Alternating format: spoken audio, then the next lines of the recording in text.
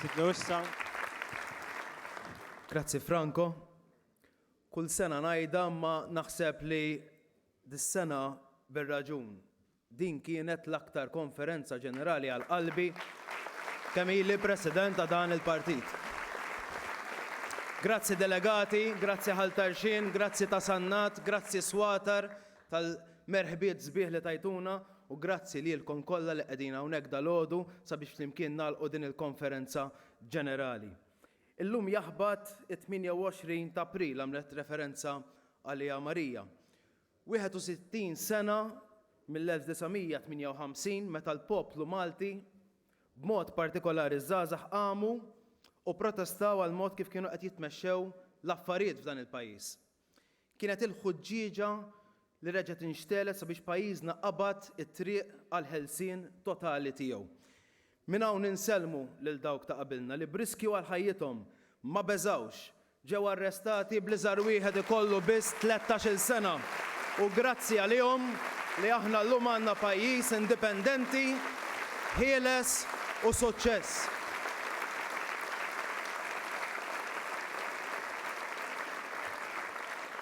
Wieħed u 60 sena wara mhux rivolti miż-żgħażagħ qed naraw f'dan il-pajjiż, iżda attiviżmu.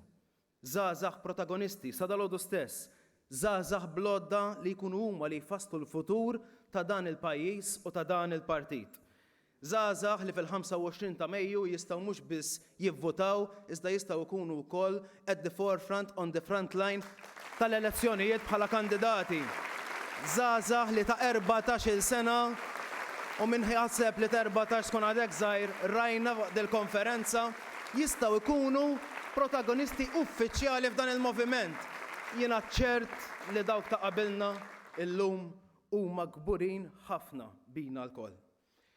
27 jum il-bot mill-appuntament tal-elezzjonijiet tal-Parlament Ewropew u l-Kunsilli Lokali.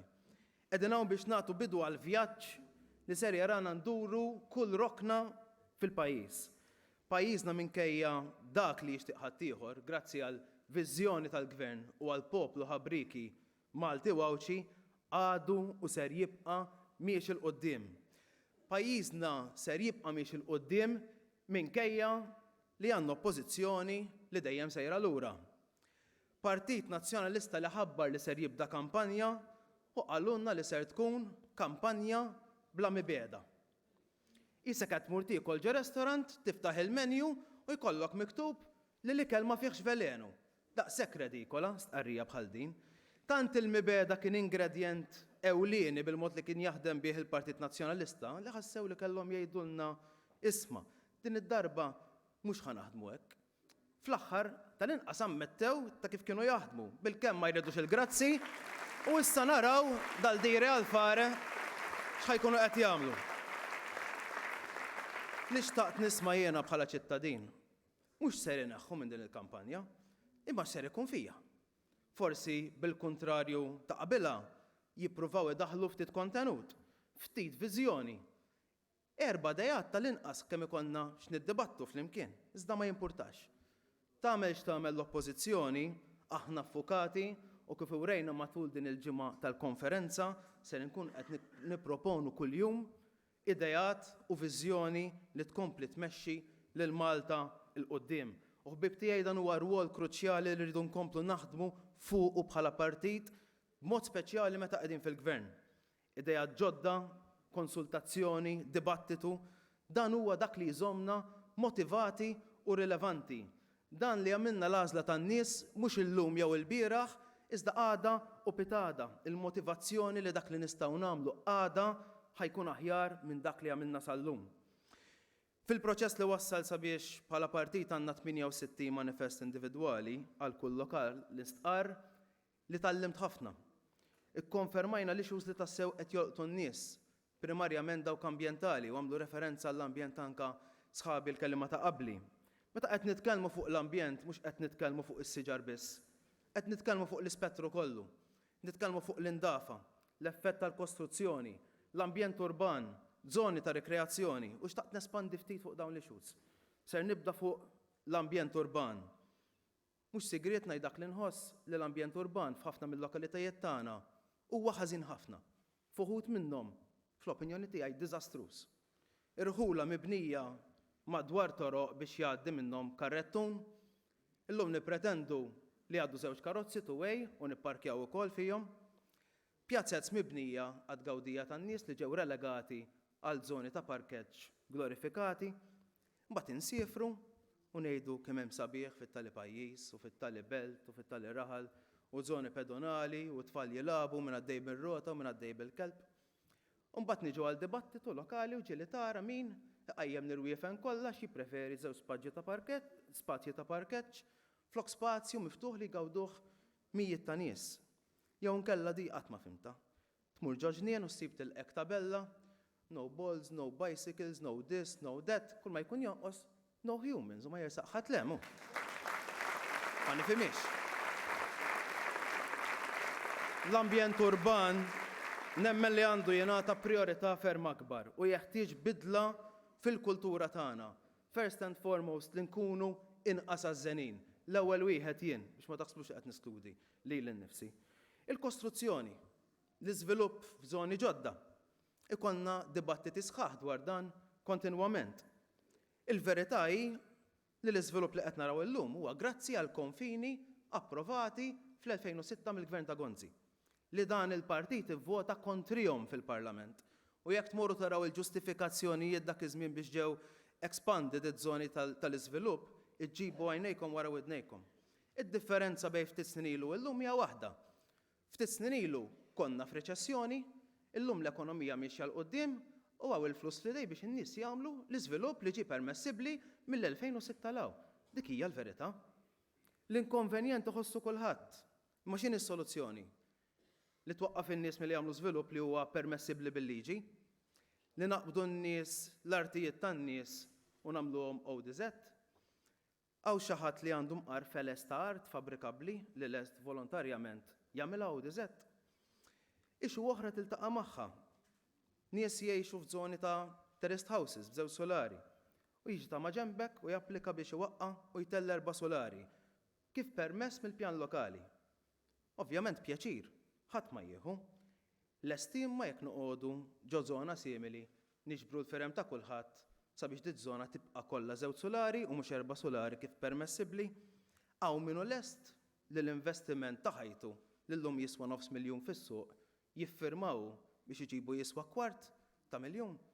Dawn huma d-domandi li rridu nistaqsu d-dibattiti li nagħmlu. U l-futur f'dal-qasam irid ikun ħieles mill-iżbalji ħoxnin li saru fil-passat. Irid ikun hemm ħsieb razzjonali fil-waqt li nibżgħu kif semma wkoll Franco għal fiżjonomija tal-irħula u l-bliet tagħna. Ironikament l-iktar postijiet li baqgħu preservati fejn jidħlu għolijiet ta' bini u x'naf jiena kienu dawk iż-żoni li m'hemm xogħol istabbilit u fejn policy-wise dejjem imxejna skont il-kuntest. Ikun hawn mbagħad pereżempju ħankompli naqra fuq l-ambjent urban u l-affarijiet li niltaqgħu magħhom min igerger għall-imwejjed u siġġijiet ta' ristoranti u bir-raġun. Dawn l-imwejjed dejjem mimlin bin-nies, ġifi domanda lihom hemm. Il-problema mhijiex l-imwejjed, il-problema hija min mis-seba' jieħu lit. Allura kif qalet Nikita, il-problema hija waħda ta' dixxilpina u infurzar. U d-deterrenti biex is-sitwazzjoni titjieb irridu jkunu goffi, inkella mhux ħanimxu l-qudiem. U l-istess ngħid għall-ibħra tagħna, jiena m'għandi xejn kontra l-fish farms u l-industrija b'saħħitha li jmexxu u l-kontribut li jagħtu l-ekonomija. Iżda nittama li x-xeni li rajna fl-aħħar snin ikunu xeni tal-passat għaliex jiena ma naċċetta qatt li l-flus jiġu qabel it-tgawdija tal-baħar mill-familji Maltin u Għawċin.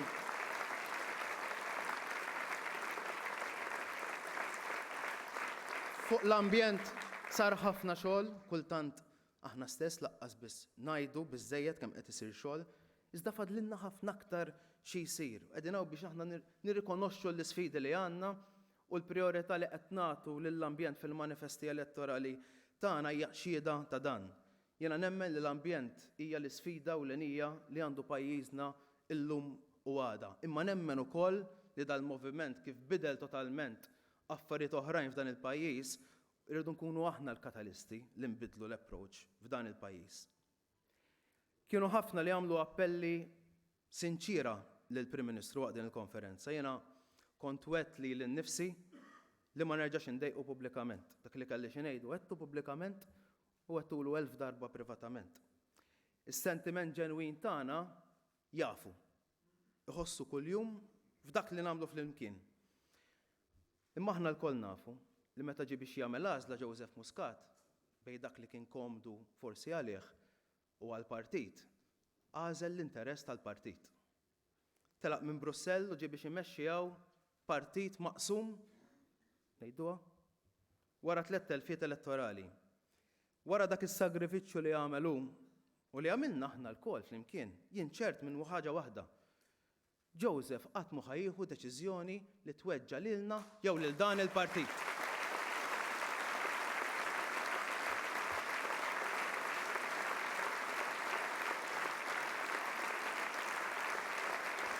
Mela ja nibqgħu ffukati miegħu biex bħalma ksibna fil-passat nkomplu naħdmu għal aktar kisbiet ġodda.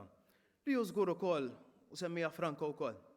Li l-kisbiet li għamilna hemm fattur li jistrieħ fuqhom kollox, li hija l-għaqda. L-għaqda mhix xi ħaġa tanġibbli, ma tmissix bidejk, imma tħossha u tkun tidher fix-xogħol tagħna.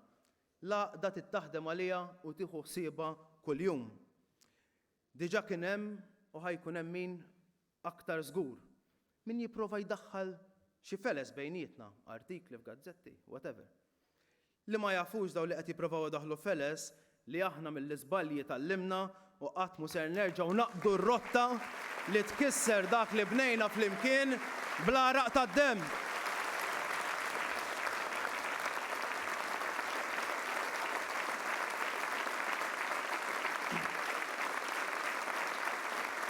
Għandna l-esperjenza tal-passat u qudiemna għandna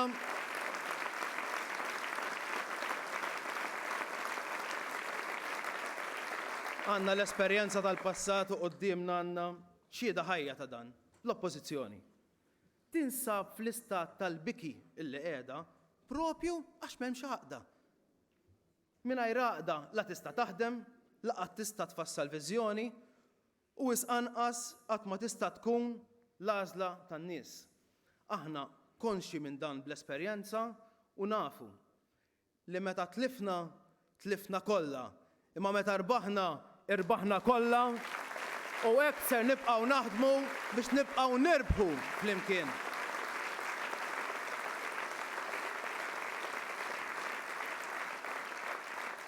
Nhar l-erbgħa niltaqgħu Pjazza Kastilja. L-aħħar iltqajna hemm kien sentejn ilu, dakinhar bdejna l-vjaġġ li wassalna 3 ta' Ġunju 2017. Dakinhar imma f'għajnejn in-nies dakinhar rajt weġa', rajt diżappunt. Iżda rajt ukoll determinazzjoni, rajt ir-rieda, rajt il-grinta li ma grinta jiena ċert li nhar l-erbgħa ser nerġgħu nurruha biex ninaqdu flimkien sabiex niċċelebraw jum il-ħaddiem u nkomplu dan il-vjaġġ lejn il-25 ta' Mejju.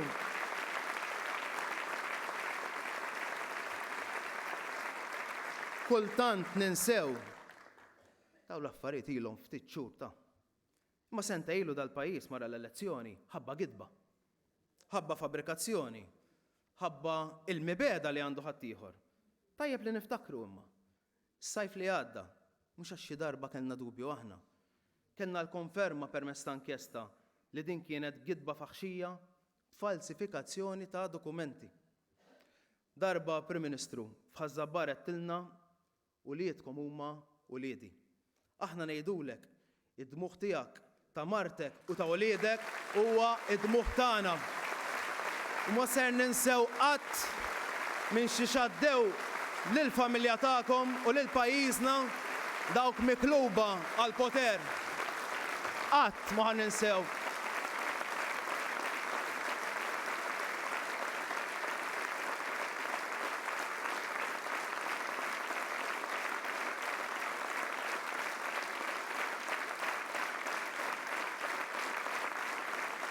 U dik ir-rabja li tiġi naturali għax aħna tad-demm u l-laħam. Id-deċiżjoni tagħna kienet li niżvugawha f'aktar xogħol, f'aktar ħidma. ħaddieħor dan l-aħħar qed jgħidilna soċjalisti. Sa ftit ilu qalilna li tlifna l-boxla soċjali.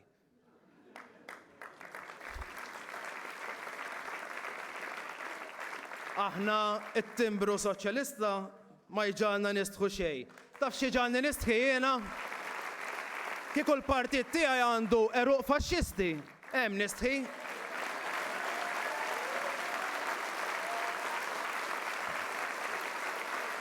Jien nistħi kieku l-partit tiegħi ikun kompliċi memil faxxist bħal komplott Tigrant. Hemmhekk nistħi. Ftakru ħbib tiegħi. 43,000 sija. 43,000 sija. Daqshekk kellhom ħin David Kaza u sħabu fl-aħħar 5 snin biex jagħmlu ħsara lilek u lil Malta. Int għandek biss 15-il sija biex tagħti tweġiba nhar il-25 ta' Mejju.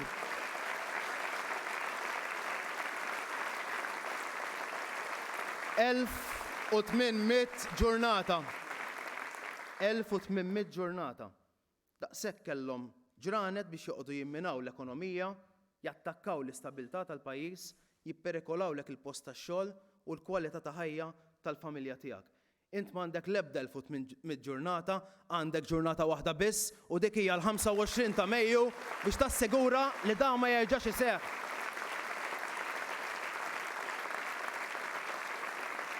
Iċ-ċans ta' wara ikun 1,800 ġurnata wara.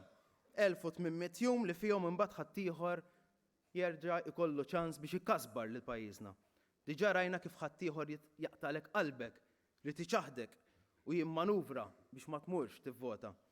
U għalhekk nappellalkom sabiex flimkien f'dawn is-27 jum naħdmu nikkonvinċu mqar persuna waħda li sa issa ma trix li tieħu dan iċ-ċans sabiex nagħtu tweġiba li dan il-poplu ma jaċċetta qatt illi ħadd u minnu jew imini jaħdmu sabiex jagħmlu ħsara lil dan il-pajjiż. Ħadd u qatt. U minnu jew imini. Għandna 14-il kandidat għal dawn l-elezzjonijiet qegħdin hawnhekk ma' ġenbi. Għandna kważi 400 kandidat għall elezzjonijiet tal-Kunsillu Lokali, ejja ħantuhom l-appoġġ, ejja flimkien immorru nagħtu rebħ oħra lil Malta tagħna għax pajjiżna jixraqlu nies li jħobbuh meta fdati bil-fiduċja li jirrappreżentawh. Nirringrazzjakom.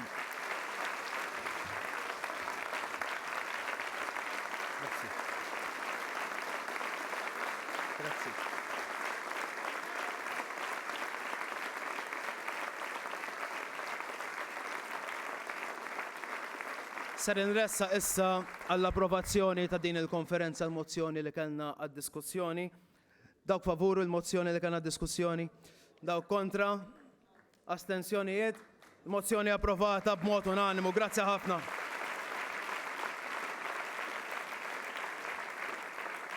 Propju f'dan il-moment bi pjaċir inħabbrilkom li fl-okkażjoni tal-25 sena tal-istazzjon televiżiv tagħna One Television għadu kif beda xandira storika bħala l-ewwel stazzjon televiżiv Malti li beda jxandar bit-teknoloġija ultramoderna 4K.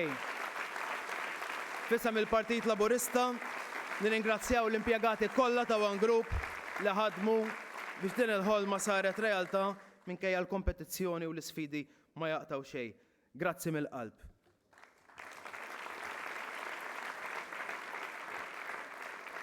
Min hawn tibda l-kampanja Malta f'qalbna.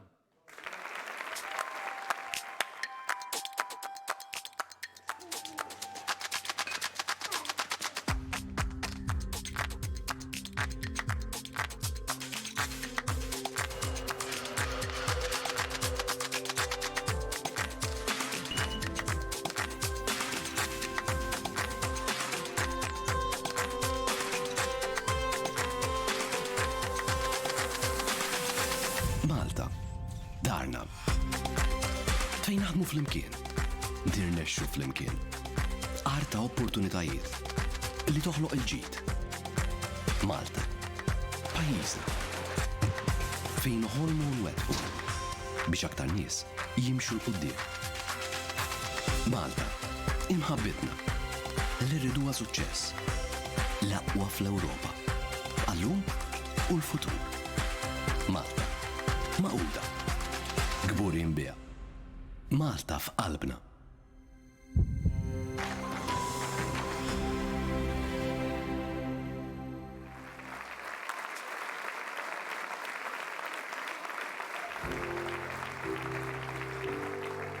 Nistieden issa sabiex jagħlaq il-konferenza ġenerali annwali il-Prim Ministru Joseph Muscat.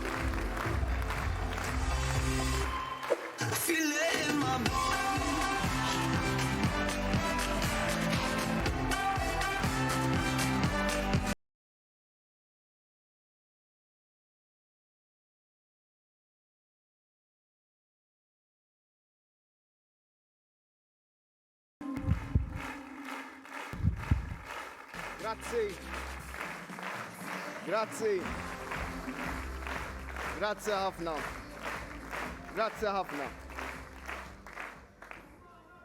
Malta l-ewwel u qabel kollox.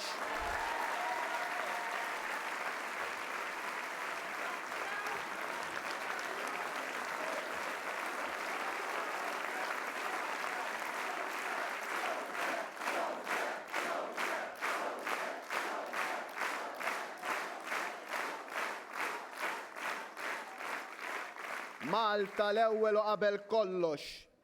Malta tagħna l-koll l-aqwa żmien ta' pajjiżna.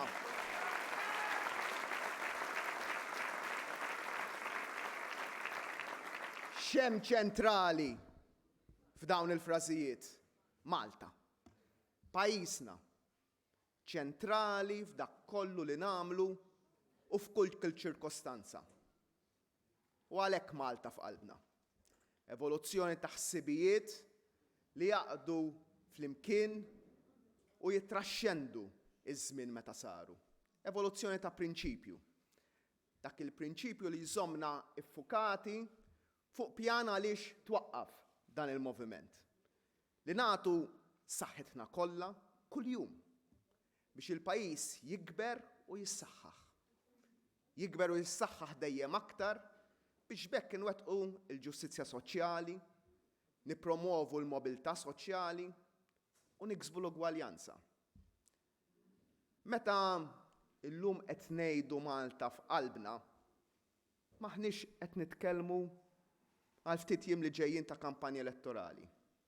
Din hija għajta li aħna ngħixuha u nħossuha. Niddefendu kuljum dan it-twemmin tagħna l-koll li mhuwiex tal-blu jew tal-aħmar. Huwa iżda tal-abjad u l-aħmar li m'għandux partiti, għandu biss imħabba lejn omna Malta.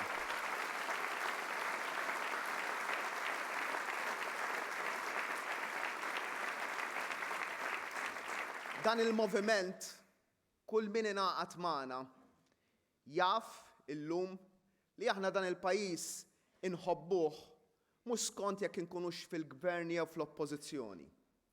Iżda inħobbuh dejjem.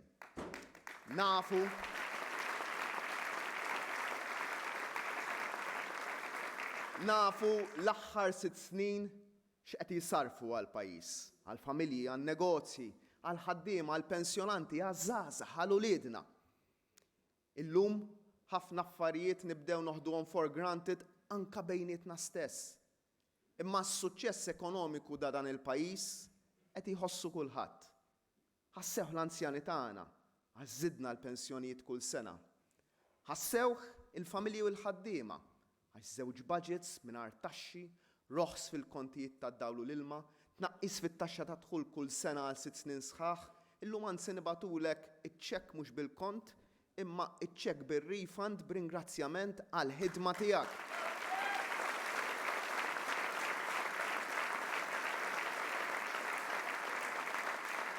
Ħassew l-effett tal-ħidma tagħna dawk li kienu jgħixu fil-faqar u mxew dik l-iskaluna l fuq. Il-ġenituri li forsi kien hemm min iċċaħħad mill-karriera, ġeneralment in-nisa, li llum għandhom iċ-child care b'xejn bħala familja. Iħossuh il-ħaddiema kollha li forsi sa ftit ta' żmien ilhom kellhom ħobżhom medda. Illum f'Malta, il-verità hi li kull min irid jaħdem, jaħdem. Iħossuh dawk il-pazjenti li għandhom bżonn operazzjoni u m'għadhomx jidumu jistennew għaliha. U dawk li għandhom bżonn mediċina u dejjem isobuha. Iħossuh uliedna fil-kwalità tal-arja minn mindu għalaqna l-power station tal-Marsa u neħħejna l-heavy fuel oil u ċ-ċumnija minn Dellimara. Iħossuh il-ħaddiema li kien ilhom fuq minimum wage iffriżata. U llum dew jiċċaqalqu. Ħadd f'Malta issa ma jista' jagħmel aktar minn sena waħda fuq paga minima.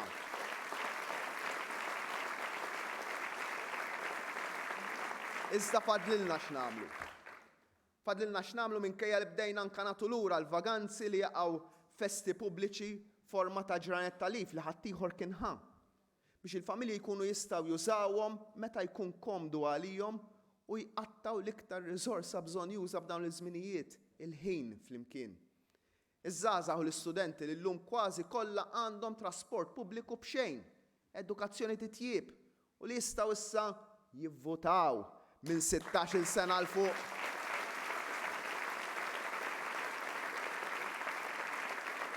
Ħassew dawk li llum jibatu lil-uliedhom l-iskola permezz ta' trasport provdut b'xejn lil kulħadd. Iħossuh dawk in-nisa u rġiel li jridu jiżżewġu mara oħra jew raġel ieħor u sa ftit ilu ma setgħux jagħmlu dan. U dawk il-ġenituri li llum jistgħu jsiru ġenituri permezz tal-IVF b'xejn mill-Isptar ta' Malta. U l-għajnuna ta' 10,000 euro lil dawk il-ġenituri li adottaw ulied.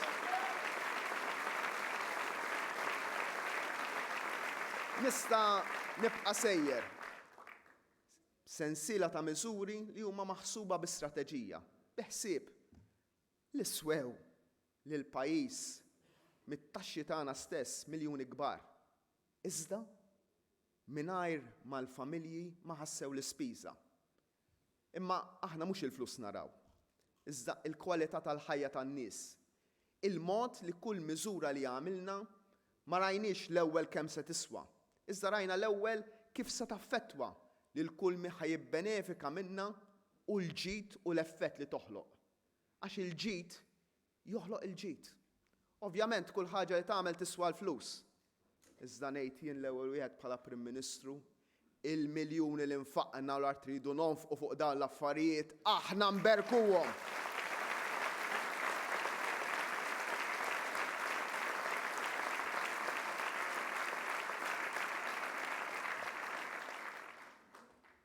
Iżda l-ewwel il-miljuni trid toħloqhom biex tonfoqhom.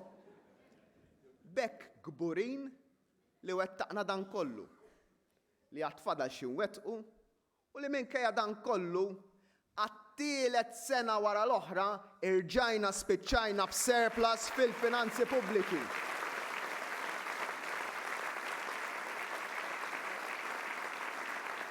Nagħmlu dan kollu u ħafna aktar affarijiet li ma semmejtx u xorta l-pajjiż idaħħal aktar flus milli jonfoq u nġemmaw il-flus għal uliedna u għal min ġej warajna.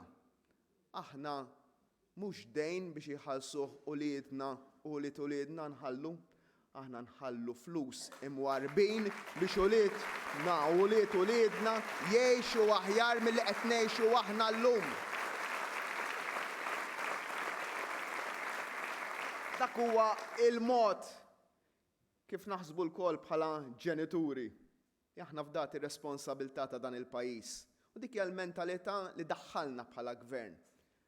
Għax minflok dawn il-miżuri faqruh lil pajjiżna saħħewh u stanewh. Saħħewh u stanewh ekonomikament. Imma saħħewh u stanewh fuq kollox lin-nies. Għax fl-aħħar mill-aħħar bdew jaraw kwalità tal-ħajja tagħhom sejra l-aħjar. Lin-nies jħossu li qegħdin mixjin il-qudiem. Għax meta ngħidu Malta f'qalbna, infissru il-Maltin u l-Awċin f'qalbna.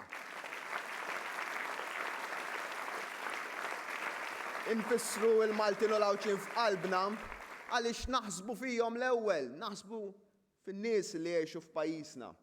6 snin ilu bdejna trasformazzjoni ta' dan il-pajjiż u din trasformazzjoni, din il-bidla għadha sseħħ u se tibqa' sseħħ kuljum.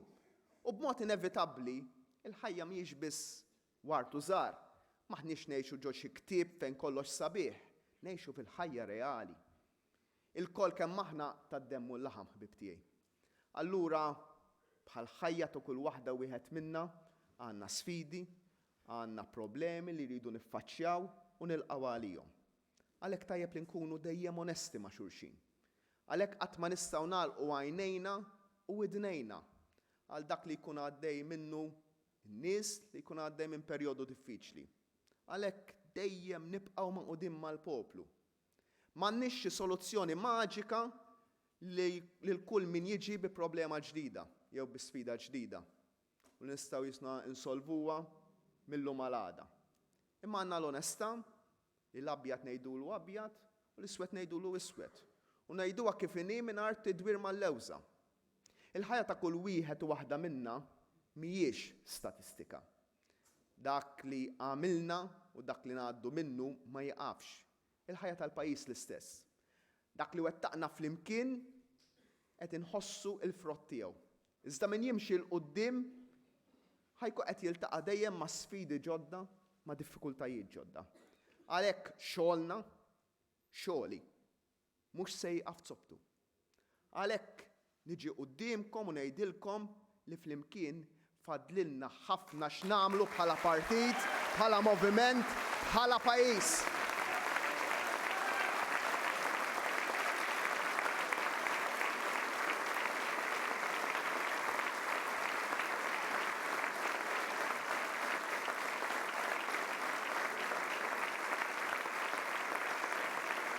Jien min natura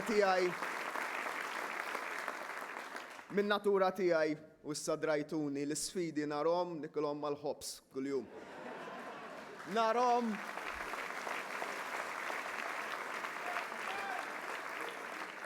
Somma ħobs ma nikolx kuljum dik il-verità. Imma sfidi u problemi kemm tridu. Narhom parti mill-viżjoni li għandna. Għax konna nafu li jekk nieħdu it-triq ta' tkabbir u mhux tal-austerità hekk ħajġri. Li nieħdu triq ta' surplus u mhux ta' deficits.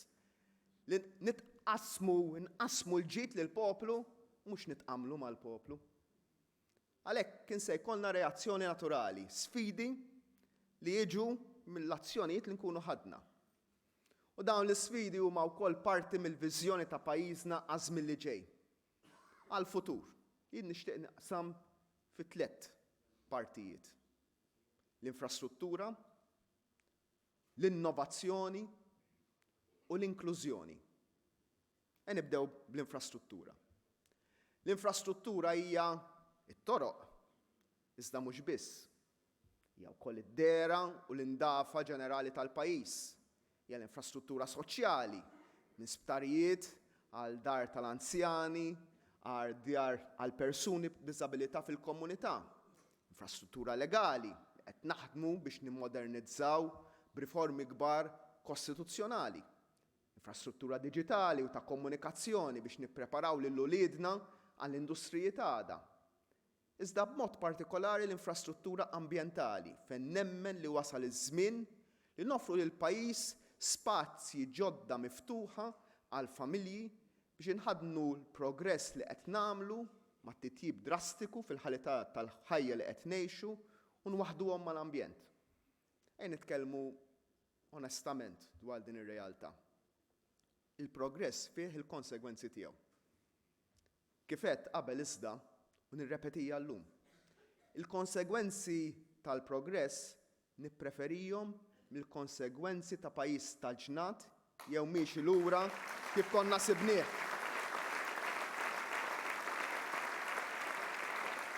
U l-istess jerġa' jiġri jekk il-poplu jafda l-vot lil min m'għandux idea ġodda għal pajjiżna.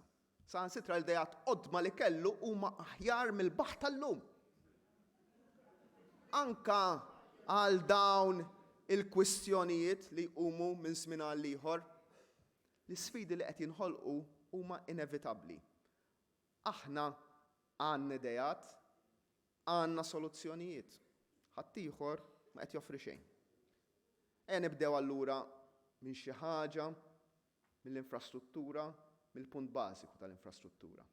Nerġa' lura għal punt bażiku tat-toroq. Pjan u programm nazzjonali ta' bini mill-ġdid tat-toroq kollha ta' pajjiżna xi ħaġa li sa ftit tax-xhur ilu ħadd ma kien jemmen li tista' ssir. Wedna fl-aħħar elezzjoni ġenerali li nirranġaw it-toroq ta' Malta u Għawdex kollha fi żmien 7 snin. Bdejna u se jsiru kollha fi żmien 7 snin.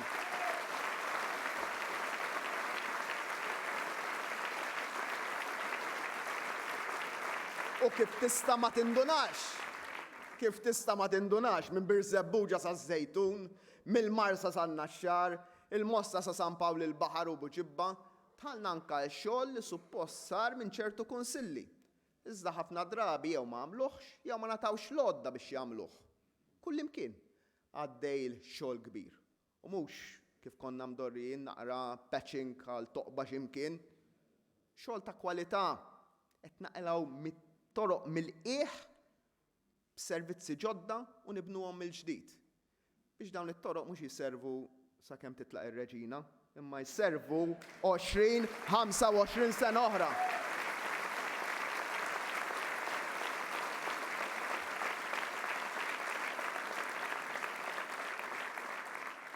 Hemm konsegwenzi ta' żgur li hemm. Ikun hemm ħinijiet fejn ninqabdu fit-traffiku. Trabijiet mit-toroq li qed jsir ix-xogħol fuqhom. Anke jekk itbajjat id-dar ħajkollok inkonvenjent, x'tagħmel ma tbajjatx? Ra x'nagħmlu? Ma nagħmlux it-toroq? Aħna gvern li jippjana u jiddeċiedi u mhux jsib l-iskużi biex ma jsirux l-affarijiet. Għalhekk daħħalna standards ġodda bħalma rajtu fil-junction tal-Kappara, l-istess kif qed jsir fuq skala akbar fil-junction tal-Marsa fejn għaddej xogħol impressjonanti u fuq kull sit tax-xogħol ieħor. Ix-xogħol li qed jsir fuq it-toroq mhux biss se jservi biex jgħidulna kemm għandkom toroq sbieħ jew biex nifrankaw il-ħofor għall-karozzi. Se nħallu impatt fuq il-kwalità tal-ħajja tan-nies għaliex se joħloq aktar ħin għall-familji, se jħalli aktar flus fil-but u se jtejjeb il-kwalità tal-arja fuq kollox. U qegħdin nagħtu spinta fil-proċess biex naqdu għall-ewwel darba b'dak li ħajkun l-ikbar pjan u programm infrastrutturali ta' kull żmien f'pajjiżna biex naqdu iż-żewġ gżejjer tagħna.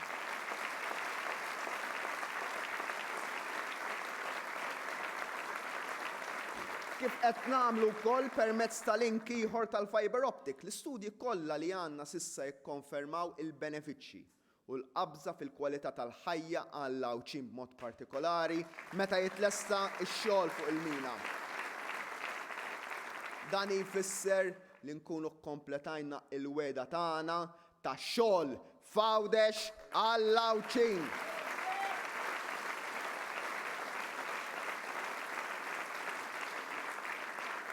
ħankunu għamilna naħseb ftit ieħor għax ħankunu għamilna wkoll xogħol f'Għawdex għall-Maltin niġu.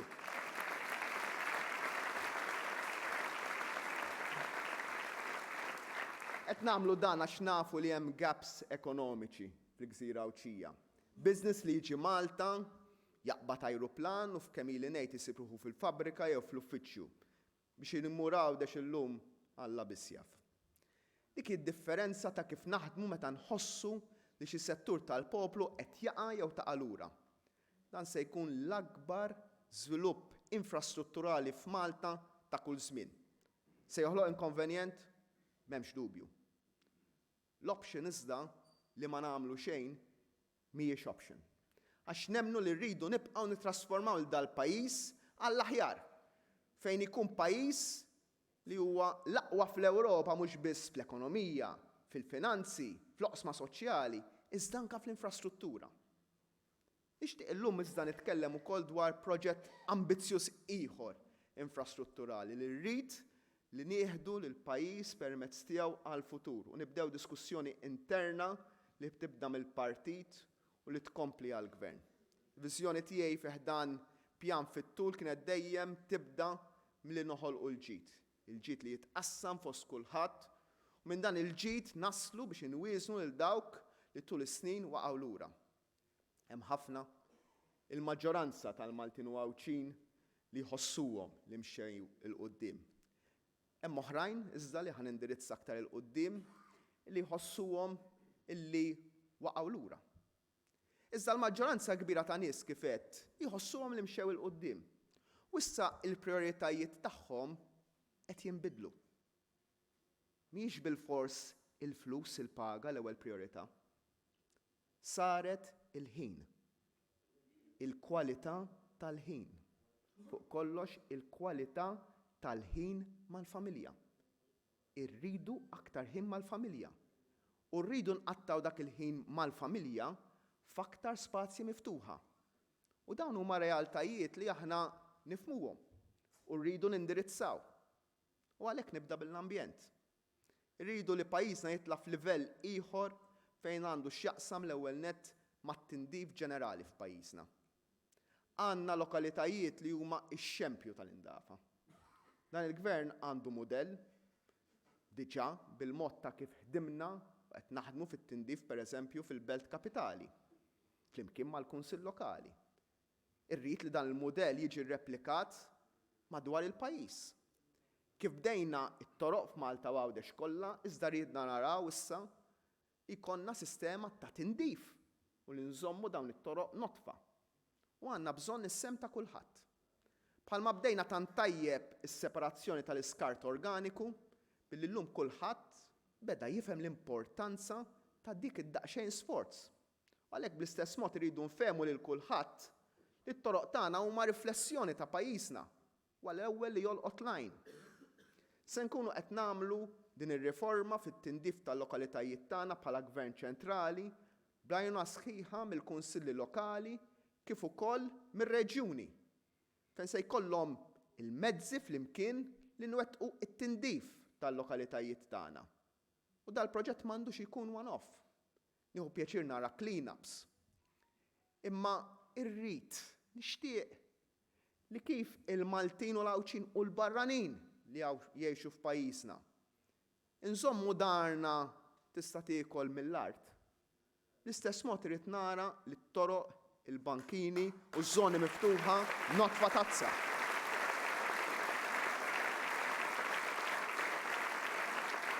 U hawnhekk niġi għall-ispazji miftuħa. Sar ħafna xogħol diġà biex nirranġaw dak li għandna mill-ġmiel ta' ġnien l-Arusa tal-Mosta sal-ġnien tal-Ferrovija f'Birkirkara, ġnien Dominku Mintoff, Raħal Ġdid u l-Fgura u d-diċ ta' taħt il-belt.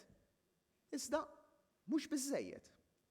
Għalhekk fl-aħħar xhur u niġi għall-proġett li semmejtilkom, ħdimna fuq proġett ġdid f'Jamant u ta' potenzjal.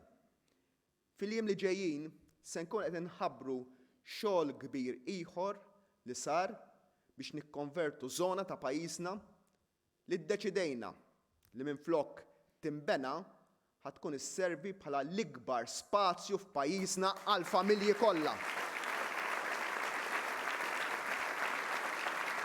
L-ikbar proġett ta' spazju miftuħ għall-familji f'ġenerazzjoni sħiħa.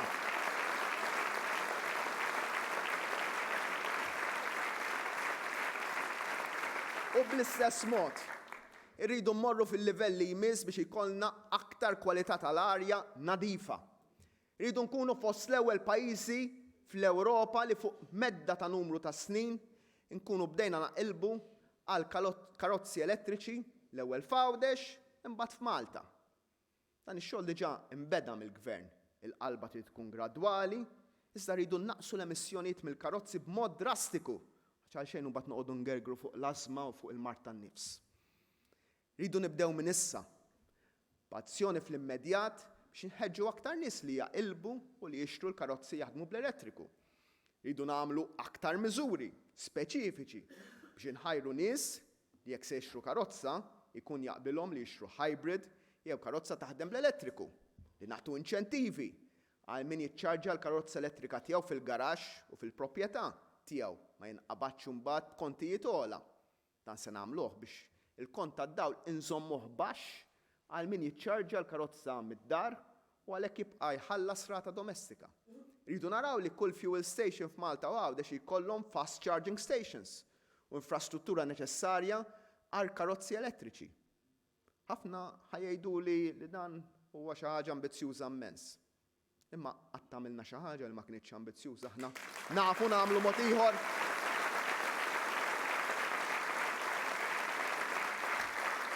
Dan huwa dak li lili jagħtini l-enerġija u li jiddistingwina bħala moviment li għandu viżjoni fit-tul għall-pajjiż, b'differenza minn ħaddieħor. Nemmen li t-tindif ġenerali tal-pajjiż, il-qalba l-inkarozzi notfa li huma aħjar għall-arja huma żewġ modi kif nibnu fuq it-tajjeb ta' pajjiżna billi nitfgħu ħarsitna fuq il-kwalità tal-ħajja. Il-kwalità tal-ħajja ta' kulħadd. U nippreparaw pajjiż mhux biss aktar sinjur għal uliedna, imma pajjiż isbaħ għal uliedna. U hawn nara rwol kruċjali għal komunitajiet tagħna, għal kunsilli lokali tagħna li jridu jkunu minn ta' quddiem u jantiċipaw il-bidliet u mhux sempliċement isegwuhom. F'dan il-ħsieb biex il-pajjiż jkompli jirnexxi fil-qasam tal-infrastruttura hemm ukoll l-isport. Nemmen bisħieħ dal-qasam.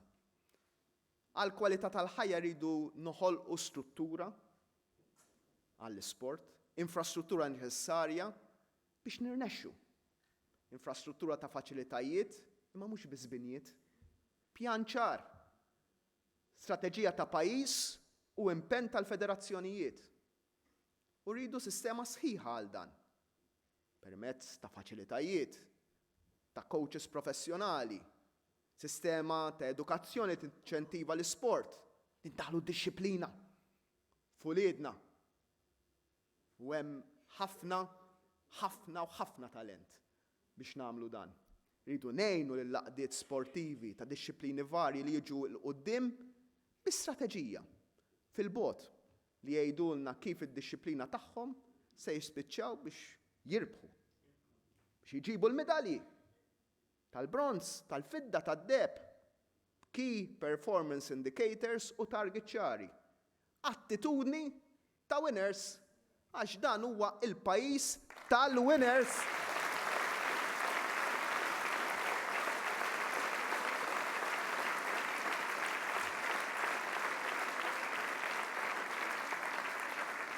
Jien ngħid li femm mhux qed nirnexxu llum fil-qasam sportiv u għandna fejn qed nirnexxu ma għandna ħafna femm mhux qed nirnexxu.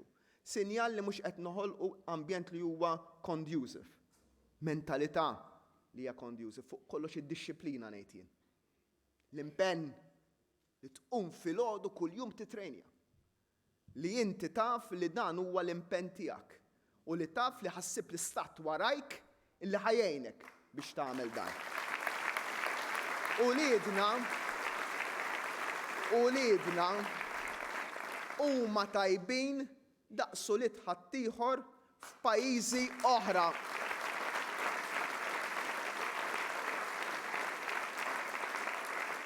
Taw tagħlima lil kulħadd it-tfal ta' Special Olympics illi kienu jitrenjaw ta' kuljum b'sagrifiċċju ġurnata wara l-oħra, ħidma ġurnata wara l-oħra u rebħu.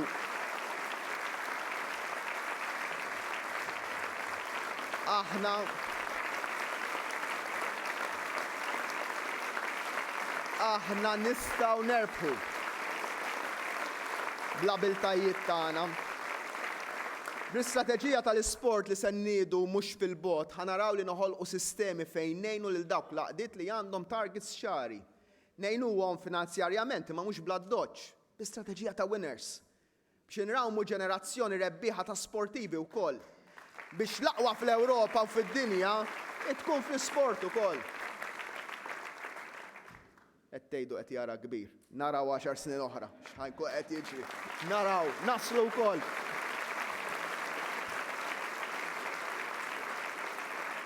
Ħbib, dik il-ħaġa li tibqa' tiftaħ beraħ id-differenza bejn dan il-moviment u ħaddieħor hija din l-attitudni, din l-viżjoni għall-futur. Nemmen li dan il-poplu għalhekk u nixtieq nitkellem wara l-infrastruttura fuq l-innovazzjoni għandu l-potenzjal li jkun fost l-aktar popli innovattivi li joffri opportunitajiet fid-dinja kollha. U din hija parti essenzjali minn dak li għamilna Maltin. F'din l-art aħna m'għandna xejn bħala riżorsi naturali. Anka l-ilma rridu ħafru għalih, pajjiżi oħra jinżel mill-muntanja waħdu l-ilma. Aħna rridu ħafru għalih biex insibu l-ilma. Rridu noħorġuh mill-baħar u nsaffuh biex nixorbu l-ilma. U għalhekk dejjem min-natura tagħna, minn dejjem konna innovattivi. Ħloqna niċeċ ekonomiki f'pajjiżna li ħafna nies laqqas jemmnu li pajjiż daqstant żgħir jista' joħloq daqstant ġid. Minn dejjem konna ġens li x-xogħol noħolquh għax in-nies ħabrieka. Mhux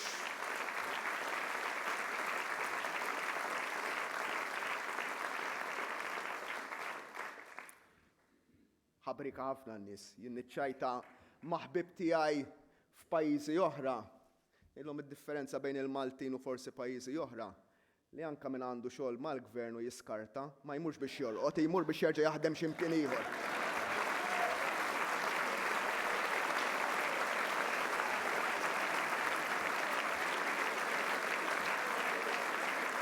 Veru?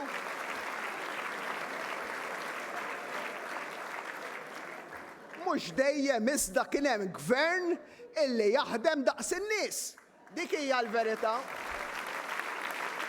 U jgħidulna kemm iridu bija aħna gvern pro-business konna. Pro-business aħna u pro-business ħanibqgħu. Għaliex ix-xogħol u x-xogħol ta' kwalità jinħoloq mill-business. U li tkun pro-business huwa li tkun pro-xogħol, pro-ħaddiem. U hekk qed jiġri. L-inqas numru ta' nies qiegħda fl-istorja għax min irid jaħdem isib xogħol. Iżda irridu nifhmu wkoll li rridu nkomplu naħdmu biex sakemm ikun hemm persuni li ġenwinament ma jistgħux isibu xogħol, dawn ngħinuhom. Illi x-xogħol mbagħad ikun xogħol ta' kwalità li jħallas aħjar. Għaliex persuna waħda bla xogħol aktarx tfisser familja sħiħa fil-faqar. Għax dan huwa il-partit tal-ħaddiema. Huwa il-partit tax-xogħol. Għax nemmnu li x-xogħol flimkien mal-edukazzjoni huma ċ-ċavetta kontra l-faqar.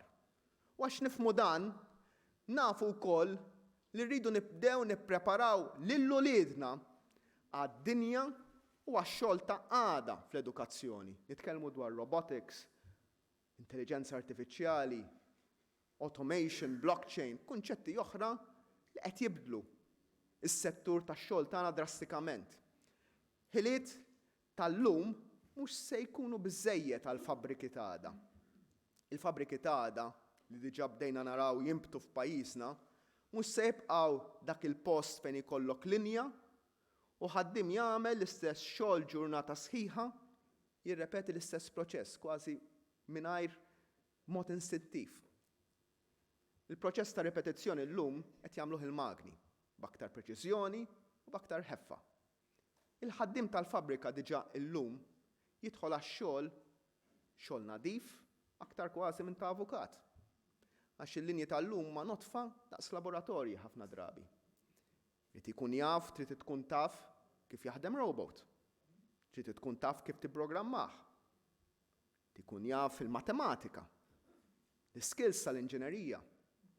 U nifhmu li waqt li uliedna inlestuhom għal xogħol aħjar, irriduhom il-uliedna dan ix-xogħol, u żgur li rriduhom.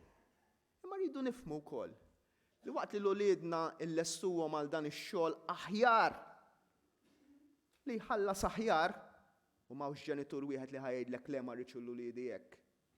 Se jkollna bżonn lil ħaddieħor minn barra biex jiġi jaqdi u jħossib lill-uliedna. Għax dak li jġib il-ġid minn poplu li jaqdi lil ħaddieħor għal poplu li ħaddieħor jaqdih.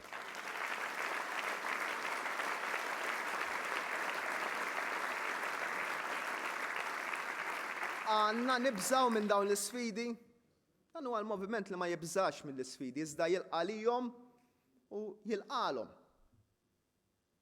Bdejna u se nkomplu ndaħlu kunċetti fl-iskel tagħna li jippreparaw lil uliedna għal din ir-realtà biex id-dinja tal-edukazzjoni u d-dinja l-ġira tax-xogħol ikunu ħaġa waħda. Hawn jidħol l-innovazzjoni ta' pajjiżna, poplu ħabriki. U dan il-gvern għandu viżjoni biex jisqi l-bżulija tal-Maltin u l-Awċin. Għalhekk dan illum huwa pajjiż suċċess, l-aqwa fl-Ewropa. Dan il-pajjiż huwa x'aktarx l-aktar pajjiż li għandu settur tal-manifattura speċjalizzata b'saħħitha fl-Ewropa. Fi żmien meta skont ħaddieħor kien jilgħab l-imħatri li l-fabbriki se jagħlqu, illum qed nindunaw xi żball kellu. Kemm kabbarnihom il-fabbriki tagħna, kemm hemm eluf ta' familji li qegħdin jiddependu mill-qasam tal-manifattura.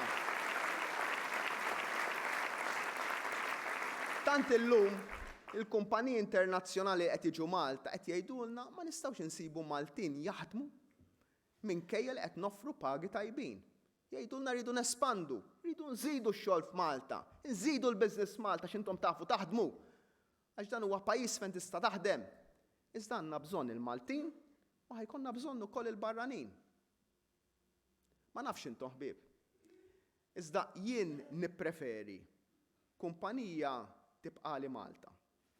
Tħallas tajjeb lil Maltin u ġġib lil barranin biex tkompli tespandi milli talaq lil bibien u tmur pajjiż ieħor.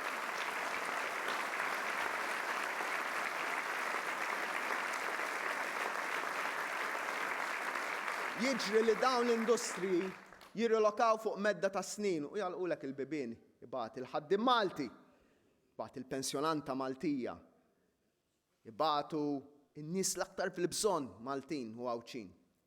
Ejja ma ninsewx li ftit ta' snin ilu, mhux qed nitkellmu ġenerazzjonijiet ilu, ftit minn snin, 8-10 snin ilu, kien ikollok stejjer tagħlaq fabbrika b'200 ruħ. 200 familja bla xogħol. U xogħol għalihom ma kienx ikun hawn. U l-Prim Ministru ta' dak iż-żmien ikollu jmur fuq it-television biex jipprova jikkonslhom lil dawn il-ħaddiema. Jien illum immur fuq it-television nikkonsla lill-employers li mhux qed jsibu biżżejjed ħaddiema Maltin.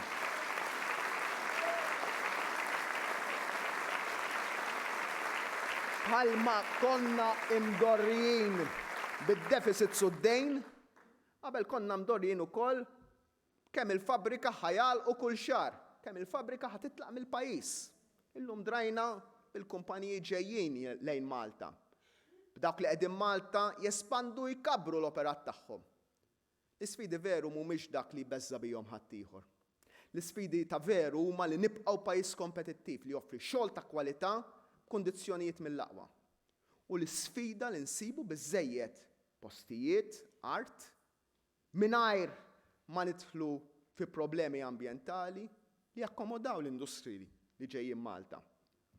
B'hekk iridu nkunu aktar innovattivi. Għaliex araw ħaddieħor.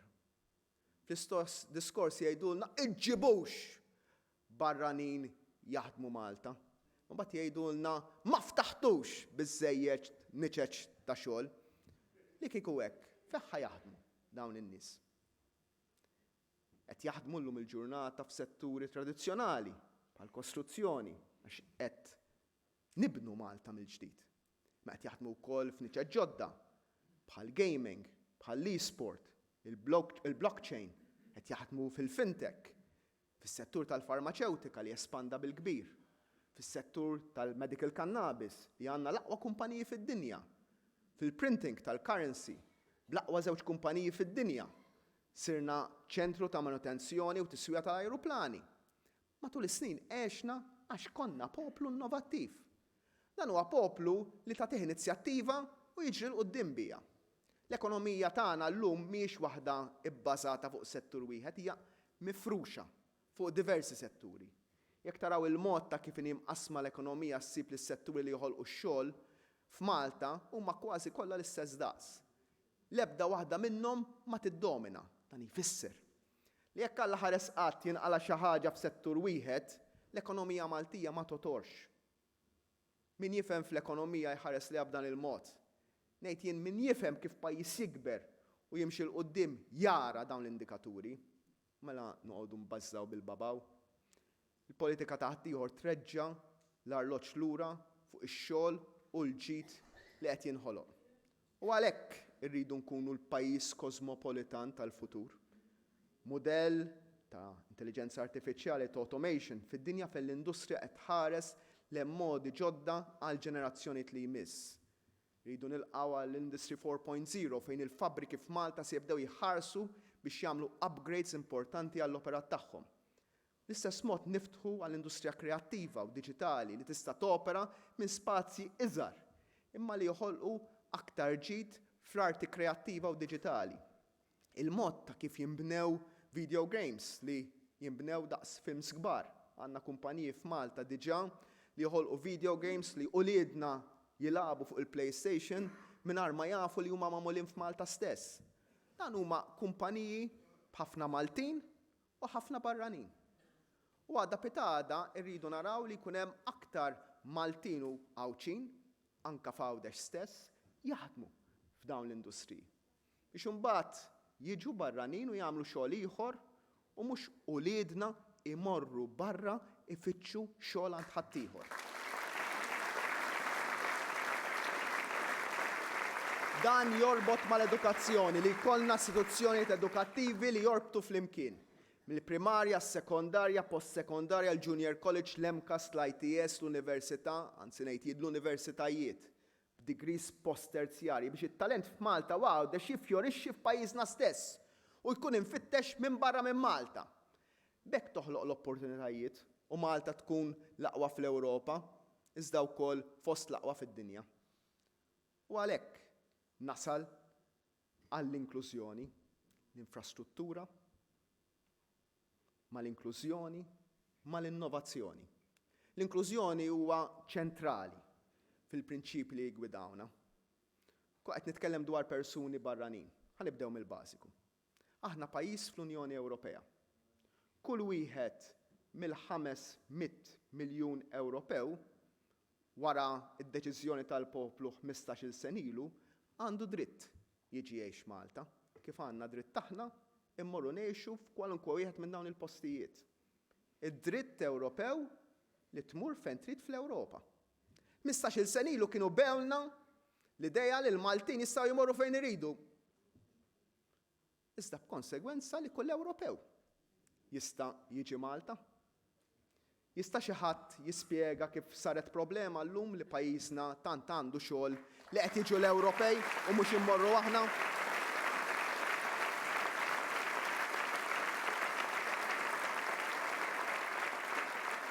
Ġermaniżi, Svediżi, Rumeni, Bulgari, Ingliżi, Taljani, Spanjoli jiġu jfittxu Malta. Mhux aħna mmorru Spanja, mhux aħna mmorru postijiet oħra, il-Ġermanja jew x'imkien ieħor, dan huma nies li jfittxu x-xogħol. Iżda ejja nkunu kuraġġużi wkoll. Iridu jgħidulna soċjalisti? Mela aħna qatt stħajna li aħna soċjalisti.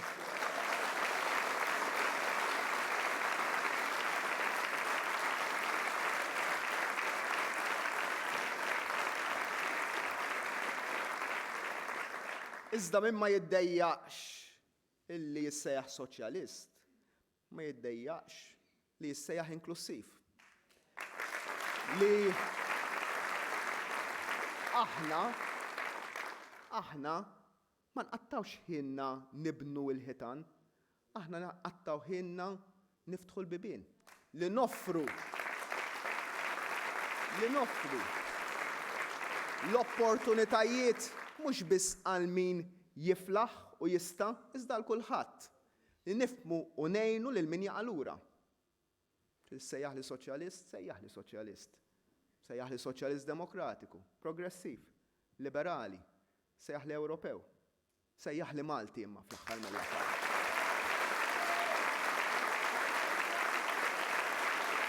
Għaliex dan kollu jagħmilna dak il-moviment li jirrespinġi x-xenofobija. Li l-lemin estrem mhux jgħalfu imma jqaflu. Li flok ikun esklusiv ħaddieħor inklusiv qed ikun esklusiv. Għalhekk m'għandniex minn xiex nistħu mill-prinċipji tagħna għax nemmnu fl-inklusività fit-totalità tagħha. Aħna għalhekk inħobbu, aħna għalhekk niftħu, aħna naraw l-opportunitajiet fejn ħaddieħor jara problema jibża. L-inklusività. Nemmen iżda li min huwa inkwetat irridu nifhmu u nindirizzaw l-inkwiet tagħhom. U li s-sigurtà hija prerekwiżit għal progress. Għalhekk il-komunità li ngħixu fiha irriduha li timxi l quddiem fit-totalità tagħha. Li nħarsu madwarna l-ħin kollu biex naraw li min qed jaqa' lura jew mhux qed ilaħħaq mal-pass ta' ħaddieħor, isib lilna nilqawh, ninkoraġġuh, npoġġuh fuq saqajh u jekk ma jiflaħx veru, inġorruh aħna stess. Irridu inkomplu insaħħu dak is-sens ta' komunità li għażilna minn ħaddieħor fejn ma nħallu lil ħadd jaqa' lura għax aħna maħniex poplu għajjur. Anzi, aħna poplu li jgħader u dan huwa il-moviment mhux tal-ejra, huwa il-moviment tal-ġustizzja soċjali. U għalhekk fadlilna x'nagħmlu li dan il-moviment huwa wieħed inklusiv nafuh. Nafuh mhux illum. Ma bdiex magħna u ma bdejniex minn meta konna fil-gvern, hija fil-prinċipju tagħna. Dejjem tkellimna favur l-inklusività. U fl-aħħar snin kemm ħadd pjaċir li flimkien ma' grupp ta' nies, ma' Varis, ma' Debbie, ma' Jeffrey u oħrajn. Irbaħna flimkien l-ewwel ġlieda fl-istorja ta' wara l-indipendenza li kienet dwar dritt bażiku ċivili, id-divorzju. Mill-oppożizzjoni dejjem urejna x'insarfu. Dejjem għedna dak li nemmnu u bdejna nwettqu l-bidla. Iżda mill-gvern stajna mill-ewwel jiem inwettqu bidliet importanti li trasformaw it-tessut soċjali ta' pajjiżna. Biex min kien tħalla jaqa' lura, anzi ngħid jien ġie esklus mis-soċjetà, jibda iħossu parti importanti minn dan il-pajjiż u mill-komunità li ngħixu fiha. Id-dritt li persuna b'diżabilità taħdem u tgħix fil-komunità. U kemm jingburi bil-kandidati b'diżabilità li qed joffru ruhom biex jaħdmu huma għall-komunità. L-għajnuna biex persuna ssiba aktar faċli li tadotta. Id-dritt li żewġ persuni li jħobbu lil xulxin huma minn huma tal-liema ġeneru huma jkunu jistgħu jiżżewġu. Id-dritt li persuna tista' ssejjaħ lilha nnifisha mara jew raġel u l-istat jirrikonoxxiha bħala mara jew raġel. Drittijiet ġodda kollha maħsuba biex ma nħallu lil ħadd esklus. Għalhekk moviment inklusiv. Għalhekk moviment inklusiv li ma jrid jara lil ħadd jaqa' lura. Għalhekk nibqgħu il-moviment tal-mobilità soċjali għax magħna timxi l quddiem. Dan il-moviment qatt ma telaq il-quddiem u nesal xi ħadd warajh. Ma jfissirx iżda u noqogħdu attenti li m'hemmx min qed jaqa' lura. Imma aħna dejjem attenti biex ngħinu mhux biss lil min miexi bl-istess pass bħal ħaddieħor. Għax dan il-moviment ma jinteressax biss li jara l-pajjiż jimur tajjeb finanzjarjament, imma jinteressana li bil-flus li qed nagħmlu ngħinu lil min qed jaqa' lura. Għax mhux il-flus biss jgħoddu, iżda fuq kollox x'nagħmlu bihom. U li dak li nagħmlu bihom ittejjeb il-kwalità tal-ħajja tan-nies. U għalhekk nixtieq nindirizza il-kwistjoni tal-housing. Għax għandna l-sfidi għaddejjin minnhom sezzjoni ta' nies. Ma nbeżżawx bihom, iżda nofru s-soluzzjonijiet. U nibdew mill-bażiku. Il-bażiku rridu nirrikonoxxuh għal kwalunkwe diskussjoni dwar il-qasam tal-proprjetà. Illi fil-proprjetà illum għandek 80% tal-familji Maltin u Għawċin li huma sidin ta' djarhom. Li jfisser li jekk il-valur tal-proprjetà tola, dawn saru aktar senjuri, saru senjuri żgħar kull wieħed. Il-konsegwenza iżda min-naħa l-oħra li min qed jixtri jew ikri qed jsib problema għax il-prezzijiet għolew wisq. Żewġ ċuħ tal-istess munita. Iżda ħanserħilkom moħħkom. Nafu li hawn min qed jibati għax is-sidien ta' ċertu postijiet qed jollu l-kera bla doċċ u m'hemmx mod ta' kif dan jintlaqa. Kif bħal dan iż-żmien sena tellaqna u għadna għaddejjin bl-ikbar proġett ta' housing soċjali minn meta għamel proġetti il-Perit Mintov, issa ngħidilkom li ftit ta' żmien oħra se jkollna wkoll proġett ieħor ta' housing affordabbli, differenti minn housing soċjali. Iżda dan il-proġett ta' housing affordabbli se jagħti saff ieħor ta' stabilità fis-suq tal-proprjetà. Joffri għażla aktar wiesa' u ta' kwalità għal min ma jaffordjax ġenwinament. Għax dan huwa moviment ta' nies li fil-mixja tagħhom il-qudiem ma jinsewx lil min hemm ħdejhom u lil min hemm warajhom.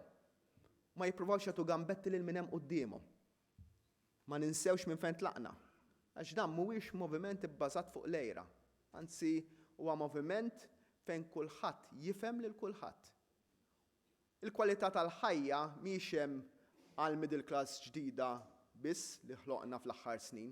Rridu ngħinu aktar minn qatt qabel li dawk li għadhom sallum il-ġurnata biex ilaħqu jridu jaħdmu żewġ jobs u qegħdin xorta jħossuhom bilkemm ilaħqu. Ngħinu lil dawk li forsi żdiedu fil-paga imma għadhom ma żdiedux biżżejjed biex jgħixu komdi. Ngħinu lil dawk il-kategoriji ta' nies li mhux biss billi twiżinhom iżda rridu ngħinuhom aktar. Iżda billi noffrulhom l-opportunitajiet, billi nagħtu iċ-ċans miżuri pożittivi biex min qed jħossu maqtuħ mill-ħajja tal-lum jingħata dik in-naqra imbottatura biex jaqbad trankaturi kbar. U hekk nidħol għar-rwol tal-gvern. Mhux kwalunkwe gvern, ħbib tiegħi. Il-gvern ta' dan il-moviment. Soċjalista, gvern soċjalista, soċjalista demokratiku bħal tagħna irid ikun biex ma jintilifx u jagħti każ dawn l-affarijiet. Mhux nintefgħu wara siġġu wara skrivanija, nitkellmu u ma nagħtux każ lin-nies. Għalhekk ukoll irridu pereżempju naraw li nagħlqu dik il-gap id-differenza li hemm bejn pagi ta' nisa u rġiel li jagħmlu l-istess xogħol. Għaliex dan mhuwiex gvern li jikber fis-suċċessi tiegħu u mbagħad jinsa l-affarijiet oħra, mhuwiex aċċettabbli li għandek mara u raġel jagħmlu l-istess xogħol u l-mara titħallas inqas mir-raġel. Ma nistgħux nibqgħu naċċettaw xi ħaġa fis-soċjetà inklusiva tagħna. Għax dik li rridu nkomplu noħolqu soċjetà aktar inklusiva fejn naraw li ma qed jaqa' lura nifhmu l-bżonnijiet tagħha u tiegħu u nindirizzawhom permezz ta' miżuri pożittivi. Għax dan huwa il-moviment li jippurtaħ minn kulħadd. U għalhekk li fil-miżuri pożittivi tagħna min nies li qed jitħallsu biex jaħdmu sa tnaqqis fit-taxxi, sa tneħħija fit-taxxi lil persuni fuq il-minimum wage u sa miżuri maħsuba biex jimbuttaw aktar nisa biex jilħqu l-quċċata tal-karriera tagħhom, dejjem naħsbu f'dawk li għandhom bżonn aktar għajnuna. Għalhekk qed naħdmu biex nagħmlu ambjent aktar inklusiv għan-nisa biex jisibu posthom fit-tmexxija ta' postijiet privati biex jirnexxu fil-politika u jmexxu. Min irid jħawat l-imħuħ jgħidilkom kwoti. Min irid ikun ġust jifhem li qed noħolqu ambjent ġdid fejn it-tfajliet tagħna bħal uliedi jikbru f'soċjetà fejn ma tkunx xi ħaġa ta' barra minn hawn li mara tieħu d-deċiżjonijiet fil-ħajja pubblika kif ħafna drabi jiġri fil-ħajja privata. Qed noħolqu ambjent pożittiv biex kulħadd ikollu l-istess opportunitajiet. Il-gap li rridu nagħlquh fl-opportunitajiet. Għax irridu li ma jkunx hemm distinzjoni bejn nisa u irġiel. Din hija parti mill-viżjoni ta' inklusività għal pajjiżna. Nemmnu li kulħadd jista' jimxi l qudiem imma biex naslu għal dan Rridu noħolqu din l-atmosfera u bidla fil-kultura u fil-mentalità li xi kultant ma nemmettux li għad hemm problemi li jeżistu. Il-kwalità tal-ħajja, id-dritt li tagħmel l-għażliet tiegħek, iċ-ċans li tibbilanċja ħajtek bejn xogħol u ħin għalik. U l-ħin x'aktarx waħda mill-aktar sfidi tal-ħajja moderna. Dan li qed ngħid illum m'għandux jiġi interpretat bħala xi bidla fid-direzzjoni. Din hija kontinwazzjoni naturali ta' dak li bdejna flimkien. U nistgħu nagħmluh għaliex issa għandna s-sisien b'saħħithom. Nistgħu nħarsu madwarna biex nofru tama lil min kien beda jaqta' qalbu. Li ma ninsewx minn fejn tlaqna bħala moviment, li ma nitkabrux. Li nibqgħu nisimgħu lil kulħadd, inkluż dak li jħossuhom minsija. B'hekk biss nistgħu nibqgħu nerbħu l-imħuħ fuq kollox il-qlub tal-maġġoranza tal-poplu Malti u Awċi. Forsi tgħidu bdiet il-kampanja elettorali, tintemm 4 ġimgħat oħra, u Joseph illum ma kellimniex fuq l-elezzjoni. Veru. Għax jien ma nemminx l-elezzjonijiet qegħdin hemmhekk biex ngħidu xi ħaġa qabel, mbagħad nagħmlu xi ħaġa oħra wara.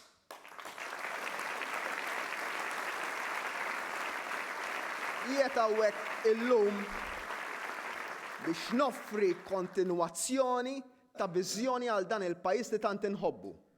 Quddiem moviment li tagħna ħafna. L-elezzjonijiet jiġu jmorru, il-politiċi jiġu jmorru.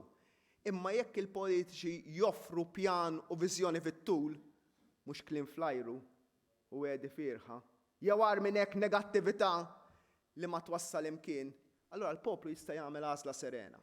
Għażla fuq bażi ta' kompetenza, ta' min jiġi qudiemkom bir-riżultati. U n-nies iridhom jistaqsu fil-25 ta' Mejju illi ġej u lilin. Min huwa l-aktar kompetenti biex jimexxi? Joseph jew Delija? Min għandu viżjoni għal uliedna? Joseph jew Delija?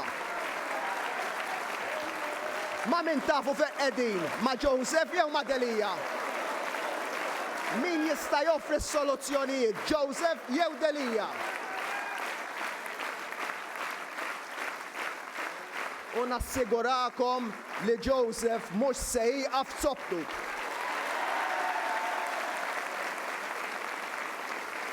Dawn huma l-għażliet